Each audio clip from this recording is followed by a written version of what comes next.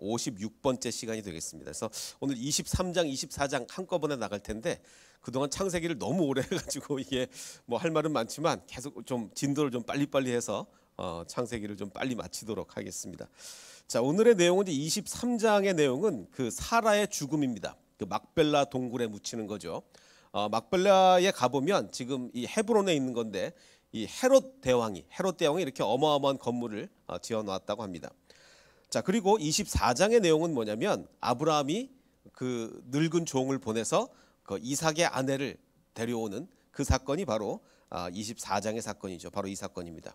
자, 그런데 이 두 사건이 이제 별개의 사건이 아니라 분명히 연결되는 것을 볼 수가 있습니다. 그래서 오늘 23장과 24장을 좀 함께 보도록 하겠습니다.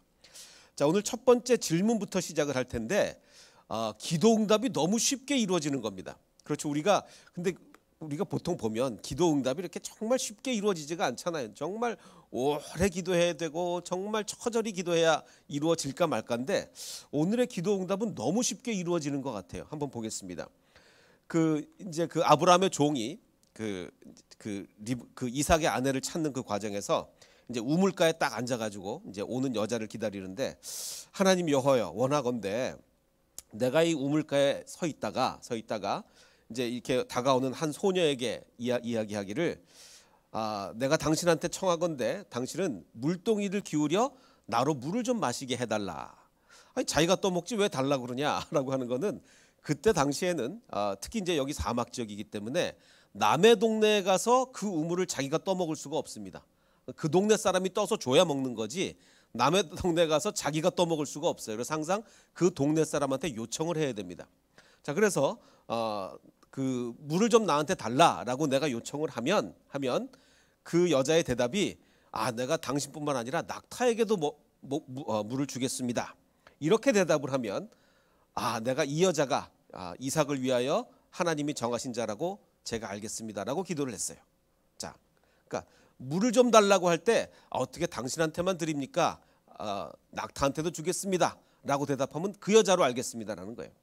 그래서 이제 누가 왔냐면 리브가가 이제 물동이를 어깨에 메고 옵니다. 이제 바로 이 여자잖아요. 리브가잖아요. 근데 이게 언제 왔느냐? 이게 말을 마치기도 전에 오네요. 하겠습니다라고 하는데 그 말을 마치기도 전에 리브가가 오는 거예요. 아니 이거 기도가 너무 쉽게 이루어지는 게 아닌가. 뭐 하나님이 나한테도 좀 이렇게 해주셨으면 좋겠는데 왜 나는 뭐 몇십 년을 기도해도 잘 안 되고 그 아브라함의 종은 뭐 말을 마치기도 전에 이렇게 기도응답을 해주시는가. 이게 오늘의 핵심이 되겠습니다.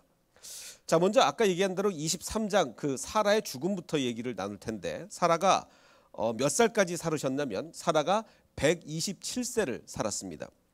아브라함보다 먼저 죽었죠. 그래서 죽은 장소가 어디냐? 헤브론에서 죽었어요. 자, 그래서 아브라함이 들어가서 사라를 위하여 슬퍼하며 애통을 합니다. 자, 그런데 이 사라의 죽음이 굉장히 의문이 많은 죽음이에요. 요즘 같으면 국가수에서 분명히 나올 것 같습니다. 이게 왜 사라의 죽음이 의문이 많냐면 지금 장소가 어디냐면 헤브론이에요. 아니 사라가 왜 헤브론에서 죽죠? 왜냐하면 지금 그 22장에서 아브라함이 이삭을 바칠 때 이삭을 바친 후에 어디서 살았냐면 부엘세바에서 아브라함이 살았다라고 그래서 부엘세바. 아니 부엘세바에서 아브라함이 살았으면 사라가 부엘세바에서 죽어야 되는데 왜 헤브론에서 죽냐 이거죠. 뭐 그렇게 먼 곳은 아니지만 또 그렇다고 아주 바로 옆 동네도 역시 아닙니다. 부엘세바에서 죽어야 되는데 왜 헤브론에서 죽냐. 자, 또 더군다나 아브라함이 들어가서 사라를 위하여 애곡을 했다. 들어가서. 근데 이 번역은 사실은 들어가서라기보다는 영어 킹제임스 버전이 더 번역을 잘한 것 같습니다. came to. 사라에게 왔다. 헤브론으로 왔다. 그럼 아브라함이 다른 데 있었다는 얘기인데 아니 그러면 사라가 혼자서 있다가 죽었다는 얘기 같이 들리는데 아니 그럼 도대체 이게 어떻게 된 거냐? 이게 사실 좀 어려운 문제라서 그 랍비들의 전승이 있잖아요. 이 유대인들의 그 랍비들의 여러 전승이 있는데 그 중에 하나이긴 한데 굉장히 많은 유대인들이 이걸 믿고 있습니다. 어떤 일부 랍비들의 해결책이 있냐면 이렇게 얘기합니다. 사라가 왜 죽었냐면 왜 이렇게 아브라함보다 왜 이렇게 빨리 죽었냐면 이라고 얘기하면서 아브라함이 이삭을 번제로 드리러 간다는 그 소식을 듣고 충격받아 죽었다는 거예요. 사라가. 이게 이제 이 그 랍비들의 해결책이에요. 뭐 일부 랍비드 뭐 상당히 많은 숫자긴 하지만. 자, 그래서 사라가 지금 127세에 사망을 했으니까 그러면 그 아브라함이 그러면 이삭을 바쳤을 때 이삭의 나이가 몇이냐? 사라가 127살이니까 이삭은 37살이 돼야 되는 거예요. 그래서 제가 지난번에 보여드렸던 이 그림이 많은 유대인들이 또 이렇게 믿고 있습니다. 이삭의 나이가 중년 37살이면 중년인가요? 어쨌든 꽤 나이가 많이 먹었다라고 이제 이렇게 주장을 합니다. 더군다나 또 그래서 그랬기 때문에 사라가 이 얘기 듣고 이삭 살아난 거 모르고 이제 충격받아 죽은 거기 때문에 또 사라가 죽었다는 소식을 듣고 아브라함이 와서 came to 헤브론으로 와서 사라의 죽음을 애도했다라고 이제 유대인들이 해석을 합니다. 많은 유대인들이.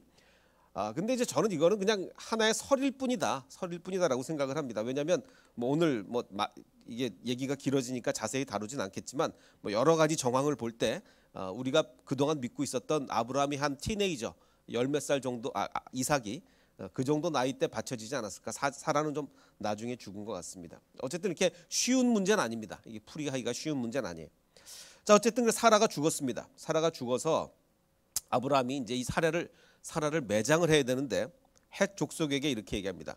그 동네 헷 족속에게 나는 당신들 중에 지금 나그네입니다. 내가 여기 지금 땅을 가지고 사는 게 아니라 나는 나그네죠. 근데 그냥 떠돌아다니는 나그네가 아니라 나그네이면서 여기 사는 거류하는 자다라고 얘기하면서 매장할 소유지를 달라. 즉 내가 매장지를 돈 주고 사겠다는 얘기입니다. 내가 그냥 남의 땅에다 그냥 묻을 수는 없고 내가 매장지를 돈 주고 사겠다 이런 얘기예요.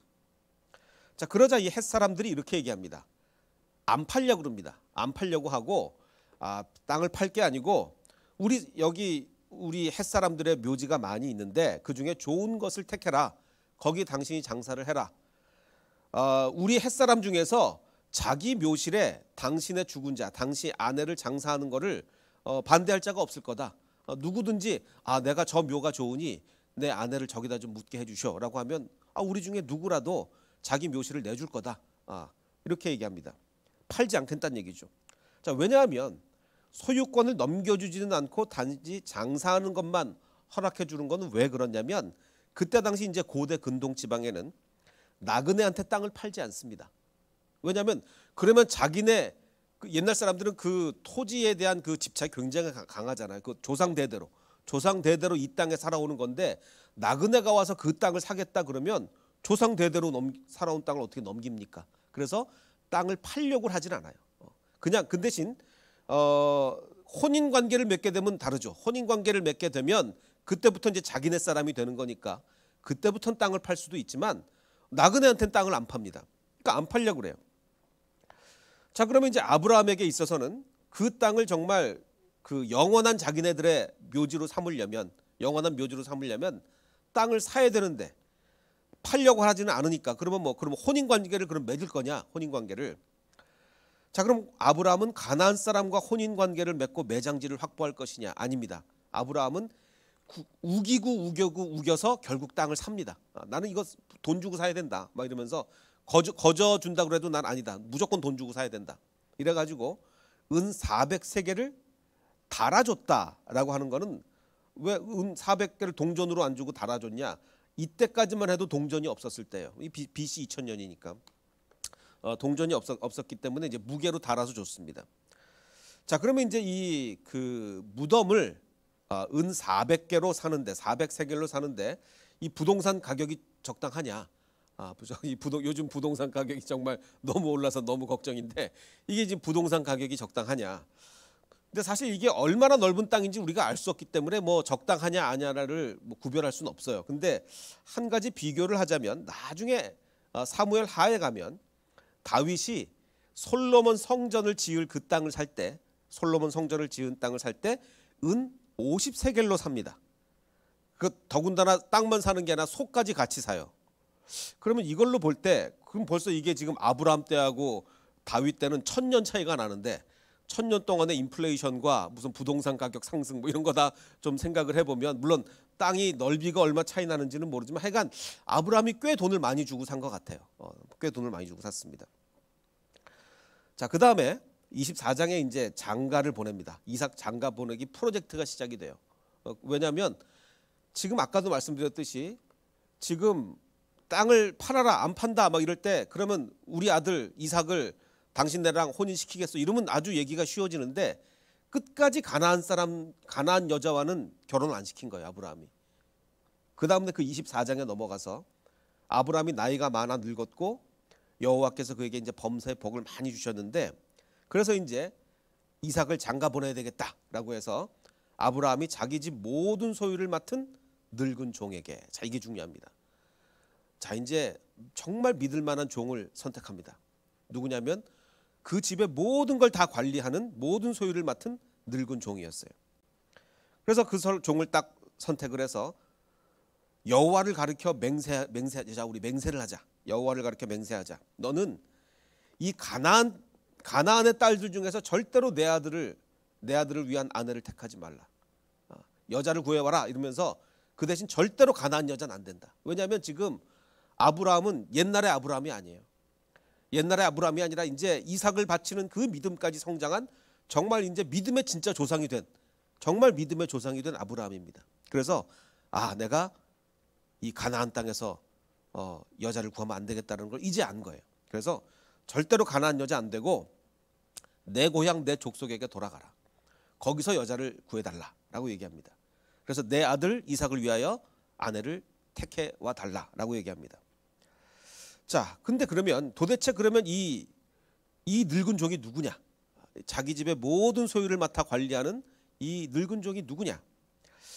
자, 많은 사람들은 이렇게 얘기합니다. 이 사람이 바로 엘리에셀이다. 엘리에셀 기억나십니까? 그 15장에 보면 하나님이 딱 나타나셔서 아브라함아 내가 너에게 큰 축복, 큰 민족을 이루게 하겠다라고 하니까 아브라함이 하나님 나는 지금 자식이 없는데 무슨 큰 민족입니까? 저는 내 상속자는 저 엘리에셀, 이 엘리에셀이 종인 거예요.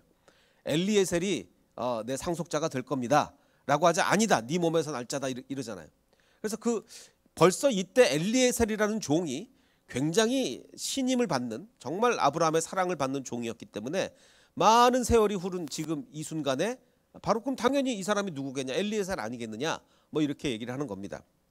자 더군다나 제가 여러 번 말씀드렸지만 그 히브리 알파벳은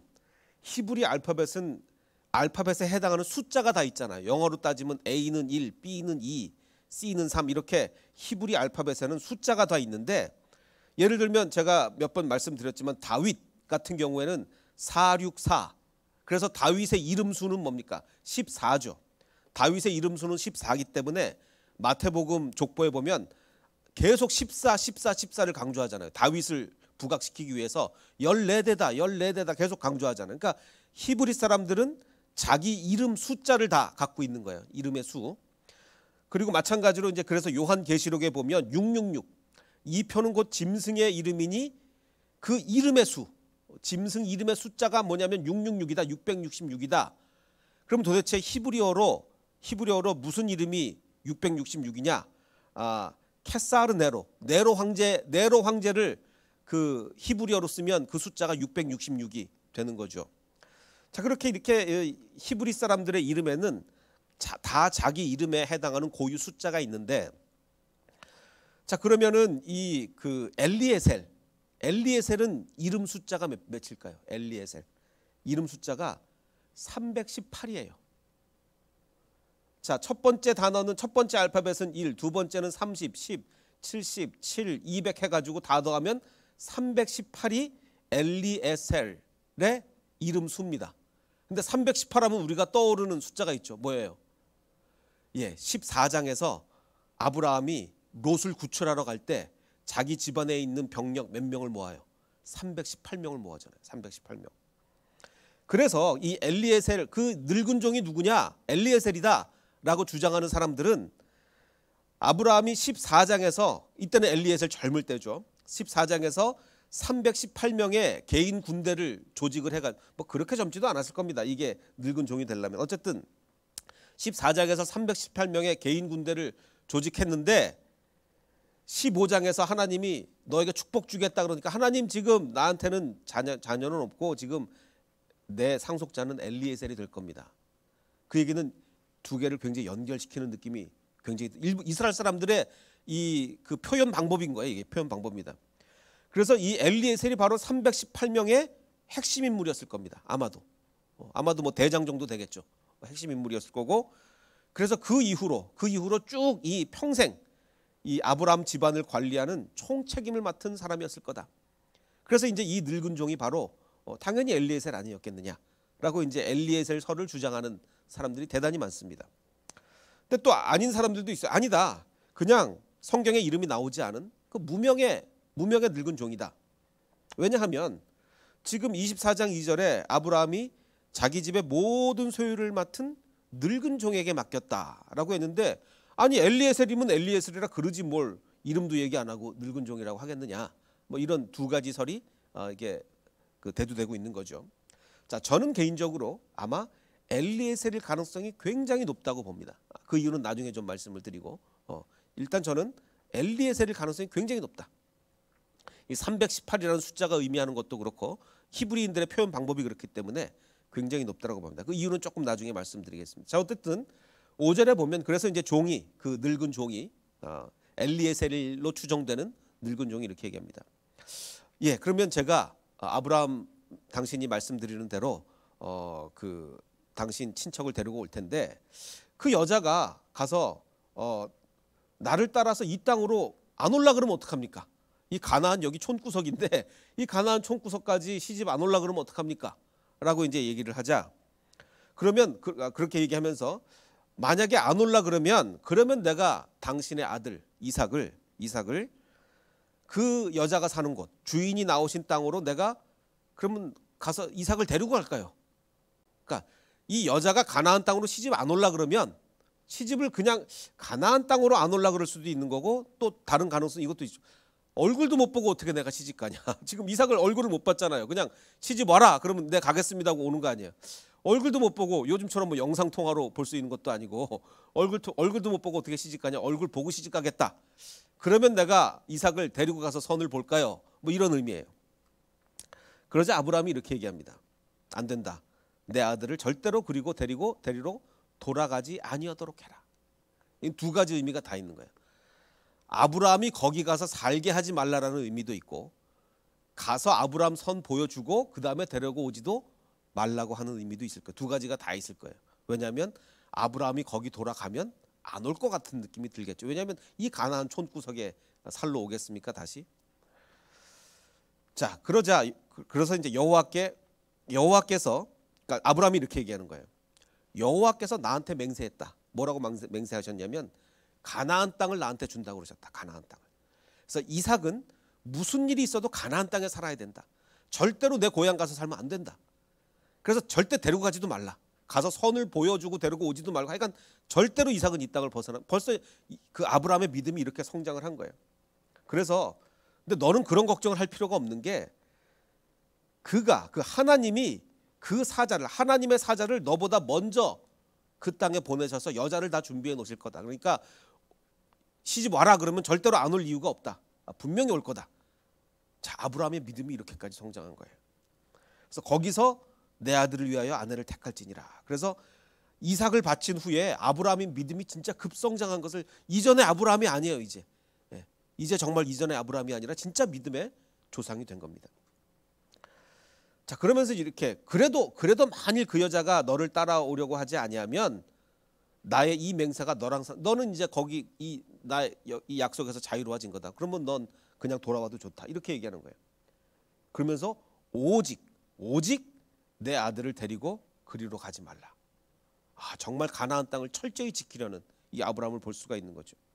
그래서 가나안 땅에 거주하려는 아브라함의 강한 의지와 믿음인데, 언제와 다르냐면 아브라함이 맨 처음 가나안 땅을 밟았을 때 어땠습니까? 가나안 땅에 딱 오자마자 뭐가 생겼죠? 가뭄이 드니까 바로 애굽으로 가버리잖아요. 내가 뭐 가나안 땅에 내가 왜 살아 이러면서 바로 애굽으로 가버립니다. 이때 믿음하고 지금의 믿음하고는 정말 아브라함은 정말 이제 진짜 믿음의 조상이 된 거예요. 자, 그래서 이제 이 늙은 종이 출발을 합니다. 자, 출발을 하는데 이에 종이 그 주인의 무엇을 끌고 떠납니다. 자, 무엇을 끌고 떠나는데, 그래서 그냥 그러면서 그 주인의 굉장히 좋은 폐물 같은 걸 많이 가지고, 일단 여자한테 폐물을 줘야 되니까 폐물을, 왜냐하면 그 여자 집안에다가 이 여자를 데리고 오겠다고 하는 건데 폐물을 줘야 되기 때문에 모든 좋은 것을 가지고 떠나는데, 자 그러면 뭘 끌고 갔느냐? 뭘 끌고 갔느냐? 자, 낙타 중 10피를 끌고 갑니다. 이게 왜 중요하냐면, 자 낙타 이렇게 10마리를 끌고 갔다는 얘기인데 뭐 낙타 10마리 아니냐? 아닙니다. 왜냐하면 그때 당시 낙타가 얼마나 귀한 거냐면, 고고학자들 사이 중에서 실제로 이 당시에 BC 2000년에 이 팔레스타인 지역에 낙타가 있었느냐 없었느냐를 논할 정도로, 그 정도로 낙타가 귀했어요. 이때 당시 낙타 한 마리는요, 지금의 그냥 일반 고급 승용차가 아니라 거의 슈퍼카에 해당합니다. 그래서 낙타 10마리를 끌고 간 건 뭐예요? 슈퍼카 10대를 간 거예요. 슈퍼카 10대. 어마어마한 겁니다. 정말 어마어마한 거예요. 아마 이때 당시는 낙타 한 마리가 지나가도 사람들이 다 지나가면서 구경하던, 왜냐면 뭐 낙타가 뭐 정말 없었을 때니까. 어마어마한 그 일행을 가진 거지. 대단한 겁니다. 아브라함이 이 정도로 부자였는데, 그러니까 더 안타까운 것은, 그런데 왜 하갈을 낙타 한 마리 안 줬냐고요. 하갈을. 여기서 이제 아마 아브라함은 낙타 10마리를 보내면서 하갈한테 낙타 한 마리 줄 걸, 뭐 이 생각을 했을 거예요. 왜냐면 낙타 한 마리만 줬어도 얘기가 완전히 다르거든요. 한 마리만 줬어도. 자 어쨌든 그래서 낙타 10마리라는 정말 뭐 슈퍼카 10대를 끌고 간 거예요. 그래서 이제 그곳에 갔습니다. 그곳에 가서 그 낙타를 성박 우물, 이제 우물이 있으니까 그 곁에 이제 낙타를 이렇게 꿀렸습니다. 꿀렸다는 얘기는 이제 슈퍼카로 말을 바꿔 말하면 슈퍼카 10대를 주차를 거기다 딱 해놓은 거예요. 주차를 딱 해놓고 이제 여자 오기를 이제 기다리는 겁니다. 저녁 때였어요. 저녁 때 이제 낮에는 땡볕이라 못 오고 저녁 때 여자들이 이제 물 길르러 오는데, 자 그때 이제 아까 이 기도를 이제 그때 하는 거예요. 그가 이르되 여호와여, 기도를 하는 거예요. 여호와 원하건대 순조롭게 좀 만나게 해주십시오. 순조롭게 만나게 하사 은혜를 베푸시옵소서. 내가 이제 나한테 오는 한 소녀에게 이르기를 청하건대 물동이를 기울여 나를 좀 물을 마시게 해달라라고 했을 때, 그 여자의 대답이 그러면 내가 할아버지뿐만 아니라 이 낙타에게도 내가 물을 주겠습니다 라고 하면, 이 여자가 바로 이삭을 위하여 정하신 자다라고 알겠습니다 라고 하니까, 아까도 말씀드린 것처럼 정말 말을 마치기도 전에, 그러니까 이삭을 위하여 정하신 자라 알겠나이다 하기 전에, 그러니까 알겠 정도 할 때 이제 벌써 이 리브가가 온 거예요. 무슨 기도가 이렇게 빨리 이루어집니까? 세상에 무슨 기도가. 자, 그런데 이제 이 기도의 내용이 문제입니다. 기도의 내용이 뭐가 문제냐면, 이 내용이 과연 이 기도가 이루어질 확률, 상식적으로 생각할 때 이루어질 확률이 얼마 정도 될 것 같습니까?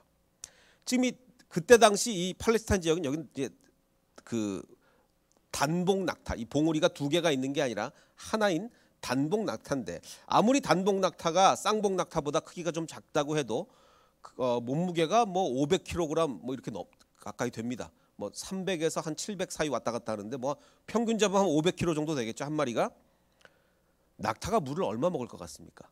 한 마리가 보통 5-60kg, 5-60리터를 한 번에 먹어요. 5-60리터는 무게로 따지면 5-60kg입니다. 지금 몇 마리예요? 10마리. 자, 이 세상에 어느 여자가 할아버지가 나한테 물 좀 달라라고 처음 보는 할아버지가 요구했을 때, 자 그러면 10마리면 500kg의 물을 짊어지고 물을 부어줘야 돼요. 네, 그러면 제가 500kg의 물을 지어서 저 낙타를 먹이겠습니다라고 어느 여자가 요청도 안 한 이걸 하겠느냐고요. 이건 확률로 보면 제로입니다. 정말 이거 여자가 그렇게 답을 할 수가 없어요. 내가 혼자 저 500kg의 물을 져서 저 낙타에게 주겠습니다, 할 수가 없는, 가능성 제로입니다. 아니 이 늙은 종, 엘리에셀로 추정되는 늙은 종이 어떻게 이런 기도를 합니까? 이거는 이루어질 수가 없는 기도예요. 이루어질 수가 없는 기도예요. 근데 그 기도를 했어요. 그런데 그 말을 마치기도 전에 리브가가 온 거예요. 아니 하나님, 일반 기도도 아니고 정말 뭐 웬만하면 이루어질 만한 그런 기도도 아니고 어떻게 이렇게 이루어질 수 없는 기도를 바로 들어주십니까? 자, 그래서 우리가 이제 흔히 리브가라고 생각을 하면 그 그림을 그릴 때 이렇게 정말 손목이 정말 가느다란 손목의 그림을 그릴 때도 있는데 이건 아닙니다. 왜냐하면 500kg 뭐 짊어지신 분도 한 계십니까? 물? 아니, 말도 안 되잖아요. 그래서 아마도 리브가는 이게 한쪽 다리 걸쳐놓고 붙는 거 보시죠. 아마 이 정도의 아주 건장한 정말 건장한 여인이었을 것으로 추정이 됩니다. 500kg을 부어야 되니까. 자, 그런데 자기가 아무리 건장해도 그렇지, 아무리 건장한 여인이라도 제가 낙타 10마리의 물을 주겠습니다 스스로 말할 확률은 정말 0이에요. 0. 자, 근데 그러면 하나님은 왜 이 늙은 종의 응답받을 확률이 0에 가까운 기도에 즉시 응답을 하셨느냐? 그 이유가 있습니다. 지금 아브라함이 가나안 땅에서 이삭의 아내를 구하지 말고 어디를 가라고요? 내 친척이 있는 곳으로 가라고 합니다. 내 친척. 근데 그게 어디예요? 아브라함이 어디서 왔습니까? 메소포타미아에서 왔잖아요. 메소포타미아. 거기가 어디예요 지금? 자, 그래서 10절에 보면 내 친척이 있는 곳으로 가라 해서 그 늙은 종이 간 곳이 어디냐? 한국말 번역에는 메소포타미아로 갔다고 해요. 근데 이제 물론 킹제임스 버전도 그렇게 번역을 했지만 히브리 원문에는 아람 나하라임으로 갔다. 이게 히브리 원문이에요. 근데 그거를 좀 번역을 해서 메소포타미라고 했는데 그게 어디냐면 아람 나하라임은 아마 여기였을 거예요. 하란 근처였을 거예요. 1000km가 됩니다. 1000km. 지금 아브라함이 사는 곳에서 1000km를 가야 돼요. 낙타를 타고 한 달 반 가야 됩니다. 한 달 반, 2달이 걸릴 수도 있고 길에 따라서. 자, 근데 그러면 이 순종이 쉬운 순종입니까? 지금 나이 많은 늙은 종이에요. 가다가 뭐 무슨 일을 당할지, 강도를 만날지 정말 이런 험한 길인데 이게 보통 순종이 아닙니다. 더군다나 저는 이게 키포인트예요.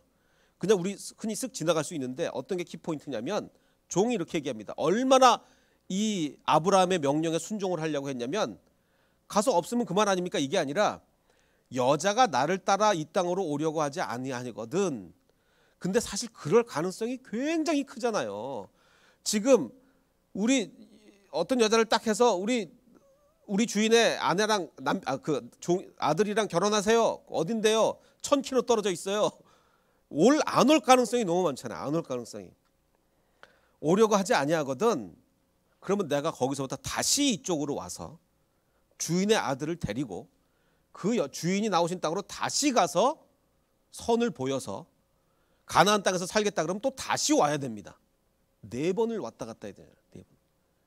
그러면 4개월에서 6개월이 걸릴 거예요. 이 6개월이 걸리는 험난하고 위험한 여행길을 저는 그렇게 기꺼이 할 의사가 있습니다. 라고 고백했다는 것은 이 종의 헌신은 정말 우리가 생각하는 헌신은 상상 이상의 헌신인 거예요. 상상 이상의 헌신. 자, 그러면 도대체 아까 얘기한 아브라함이 자기 집 모든 소유를 맡은 늙은 종에게 이름을 얘기 안 했거든요. 누군지. 이 사람이 정말 엘리에셀이라면 왜 이름을 밝히지 않았을까요? 저는 이렇게 생각합니다. 왜 이름을 밝히지 않았느냐? 318명을 얘기할 때도 숫자로 암시를 줬지 엘리에셀이다라고 얘기를 안 했어요. 그냥 숫자로 암시를 줬을 뿐입니다. 이 사람은 지금 철저히 이름 없이 섬기는 종이에요. 그래서 성경이 또 기록을 할 때 기록 방식에 따라서 굉장히 우리한테 어떤 의미를 그 성경이 이런 의미를 줘야 되겠다라고 하면 기록 방식이 항상 달라져요. 이름을 얘기하지 않는 기록 방식입니다. 왜? 이름이 아닌 순종을 부각시키기 위해서. 이 엘리에셀이라는 사람을 부각시키기 위한 게 아니라 이 사람의 순종을 부각시키기 위해서 이름도 안 나왔는데 이 정도 순종하는 겁니다. 이름도 안 나왔는데. 그러니까 성경은 이름을 일부러 빼서 이름이 아닌 순종을 부각시키는 거예요. 이름도 안 나왔는데 이렇게 순종하는 종이다라는 거죠. 자, 그래서 전쟁터에 나갈 그 젊은 나이부터 늙은 종이 될 때까지 철저히 순종했던 엘리에셀. 그리고 이제 늙은 종이 된 후에도 그 위험한 길을 6개월을 왔다 갔다 하면서까지도 내가 순종하겠다라고 하는 엘리에셀인 거죠. 그럼 하나님이 이 기도를 응답하실 때 이 정말 이루어질 확률이 거의 0에 가까운 기도를 마치기도 전에 응답하신 이유가 뭐겠습니까? 그냥 우리가 기도할 때처럼 우리가 그냥 순종도 안 하는 사람이 기도를 마치기도 전에 응답하시지 않습니다. 이 사람의 평생의 삶을 보고 기도를 마치기도 전에 응답하신 거예요. 그러니까 그 사람의 기도는 평생이 담긴 것이 기도입니다. 우리의 기도라는 것은 하나님 나에게 이 기도를 응답하여 주시옵소서라고 할 때 그 순간에 믿음을 보시고 응답하는 게 아니라 평생의 삶을 보시고 응답하는 거예요. 평생의 삶. 그래서 엘리에세는 평생을 이 정도로 순종했기 때문에 하나님께서 기도를 마치기도 전에 응답하는 거죠. 그래서 헌신하는 자의 기도는 하나님은 그 기도에 즉각 응답을 하신다. 그래서 제가 지난번에 수요예배 때 그 성경 속의 기도 시리즈를 할 때 7번 시리즈에서 느헤미야 이야기를 했습니다. 느헤미야가 어떻게 기도를 했죠? 느헤미야가 정말 고생하면서 이스라엘 성벽을 재건을 할 때 이렇게 기도하죠. 내 하나님이여, 내가 이 백성을 위하여 행한 모든 일을 기억하사 내게 은혜를 베푸시옵소서. 하나님, 내가 정말 이 이스라엘 백성을 위해서 내가 정말 헌신하지 않았습니까? 아버지 하나님, 내가 이렇게 헌신했으니 내게 은혜를 좀 베풀어 주시옵소서 라고 느헤미야가 기도합니다. 지금 이 늙은 종은 마찬가지예요. 그가 이르되 여호와여 원하건대 순조롭게 만나게 하사 은혜를 베풀어 주시옵소서. 순조롭게. 그는 자기 입으로는 말하지 않았지만 그 평생의 헌신을 두고 얘기한 거예요. 하나님, 내가 평생 헌신했는데 아버지 하나님, 정말 내가 이번 이 중요한 일에 내게 은혜를 베푸시사 순조롭게 만나게 해주시옵소서라고 기도한 것이죠. 그래서 우리가 하나님께 기도할 때 하나님, 정말 내가 주님께 순종했습니다. 내가 주님께 헌신했습니다. 아버지 하나님, 이번 일을 나에게 순조롭게 하사 내게 은혜를 베풀어 주시옵소서. 이 기도를 할 수 있는 우리 모든 헷세드 교인이 되시기를 주님의 이름으로 축원합니다.